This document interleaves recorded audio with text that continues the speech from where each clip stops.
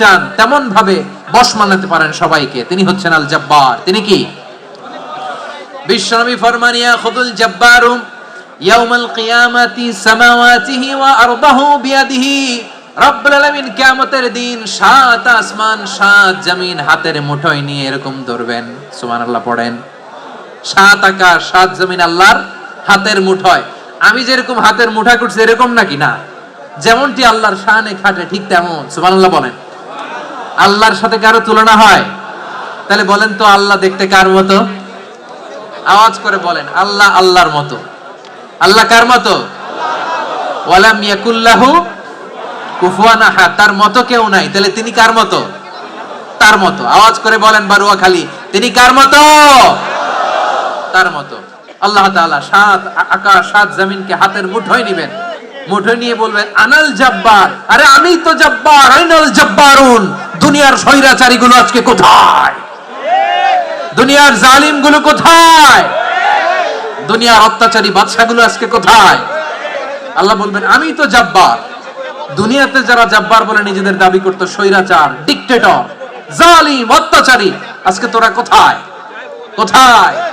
কোনো আওয়াজ নাই, কোনো খাওয়া নাই, ওই দিন কোনো টু শব্দ নাই। ওই দিন ক্ষমতা হবে এক সত্তার। চিল্লায় বলো তিনি কে? এজন্য আল্লাহ বললেন আমি হলাম জব্বার। এরপরে আল্লাহ বললেন আমি হলাম মুতাকাব্বির। আমি কি? মুতাকাব্বির মানে হচ্ছে দ্য সুপিরিয়র। সুপিরিয়র, যার চেয়ে বড় কেউ নাই, তিনি সবচেয়ে বড়।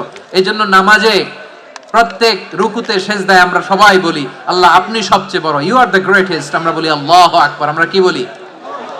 আওয়াজ করে বলেন, আমরা কি বলি? কি বলেন? আওয়াজ শুরু করি, বলেন তো।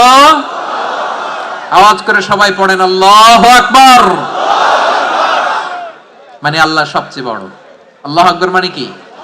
আল্লাহ সবচেয়ে মহান, সবচেয়ে বড়। বলেন তো আল্লাহর চাইতে বড় কোন সত্তা এই মহাবিশ্বে দ্বিতীয় কেউ আছে? এজন্য আল্লাহ বলেন আমি হলাম আল মুতাকাব্বির। প্রকৃত গর্ব অহংকারের মালিক। আসল গর্ব, বীরত্ব, অহংকারের মালিক কে? আল্লাহ ছাড়া আর কারো অহংকার সাজে?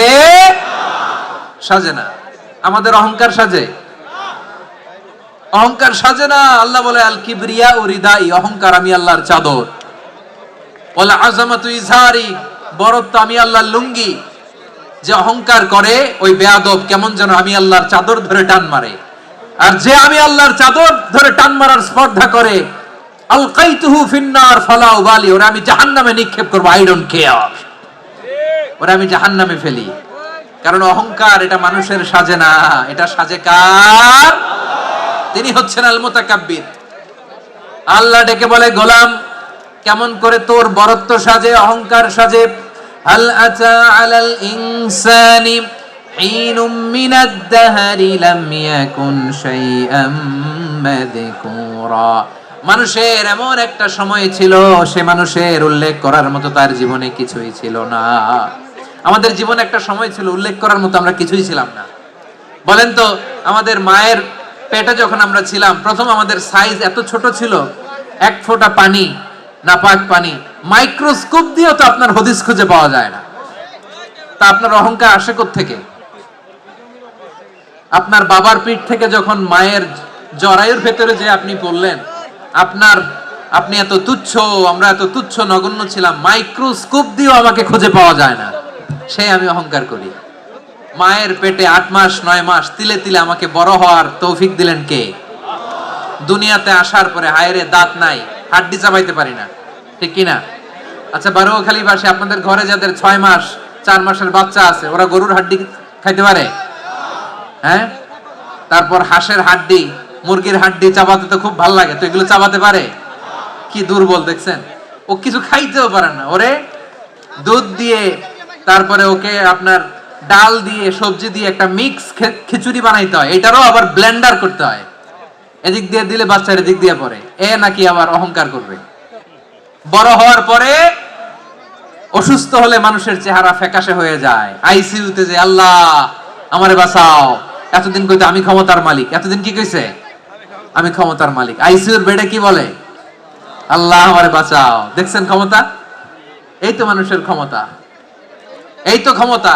আর বয়স যখন 70-80, লাঠি ছাড়া যার জীবন চলে না, পিঠটা আগে ছিল এরকম, এখন বাঁকা হয়ে গেছে। এ করে অহংকার, এ করে বড়ত্বের গর্ব আর বড়াই। আল্লাহ বলে মানুষের জন্য অহংকার সাজে না, বড়ত্ব মানুষের মানায় না, দাম্ভিকতা মানুষের মানায় না। অহংকার, গর্ব, বড়ত্ব এগুলো একজনের জন্য। আওয়াজ করে বলেন তিনি কে? আল মুতাকাব্বির, দ্য সুপিরিয়র, সবচেয়ে বড়, বড়ত্ব এবং গর্বের অধিকারী। এরপর আল্লাহ বললেন সুবহানাল্লাহি আম্মা ইউশরিকুন, তোমরা আল্লাহর সাথে যে সমস্ত জিনিসের শরীক করো আল্লাহ তাআলা এগুলো থেকে অনেক পবিত্র। এরপর আল্লাহ বললেন হুয়াল্লাহুল খালিকুল বারিউল মুসাউউইরু লাহুল আসমাউল হুসনা। হুয়াল্লাহুল খালিক, তিনি হলেন স্রষ্টা। আল বারি, বারি মানেও স্রষ্টা। আল মুসাউইর, মুসাউইর মানেও স্রষ্টা। তিনটাই আল্লাহর সৃষ্টি সংক্রান্ত, কিন্তু তিনটা তিন রকম। আল খালিক মানে স্বাভাবিক স্রষ্টা, সৃষ্টির প্ল্যান করে যিনি, আদেশ করেন যিনি। আল বারি মানে কোন নমুনা ছাড়া যিনি কিছু নির্মাণ করতে পারেন, ওই স্রষ্টা। সুবহানাল্লাহ বলেন। তিন নম্বরে আল মুসাউইর, যিনি ফ্যাশনার, ডিজাইনার, দ্য শেপার, যিনি আকৃতি দান করেন মানুষের, তিনি হচ্ছেন আল মুসাউইর। এক নম্বরে আল্লাহ হলেন খালিক, আমাদের স্রষ্টা। আওয়াজ করে বলুন তো আমার ভাইয়েরা, আমাদেরকে সৃষ্টি করেছেন কে? এই সৃষ্টি করার জন্য আল্লাহর কি অনেক কষ্ট হয়েছে নাকি? অনেক সময় দেয়া লেগেছে নাকি? আমার আল্লাহর ঘাম ঝরেছে নাকি? আল্লাহ বলে না রে গোলাম, তোদের মতো আমার সময় লাগে না, কষ্ট হয় না। আমি কোন বলতে দেরি হয়, ফায়াকুন হতে দেরি হয় না।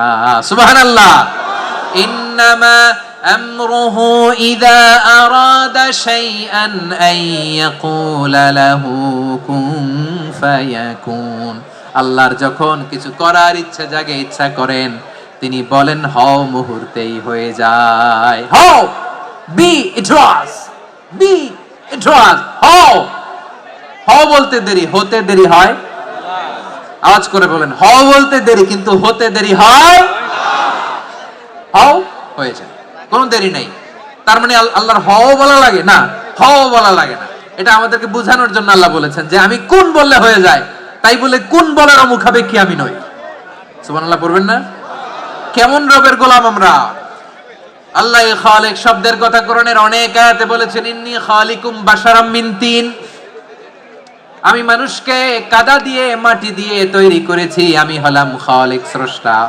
আল খালিক, দ্য ক্রিয়েটর, যিনি সৃষ্টি করেন, সৃষ্টির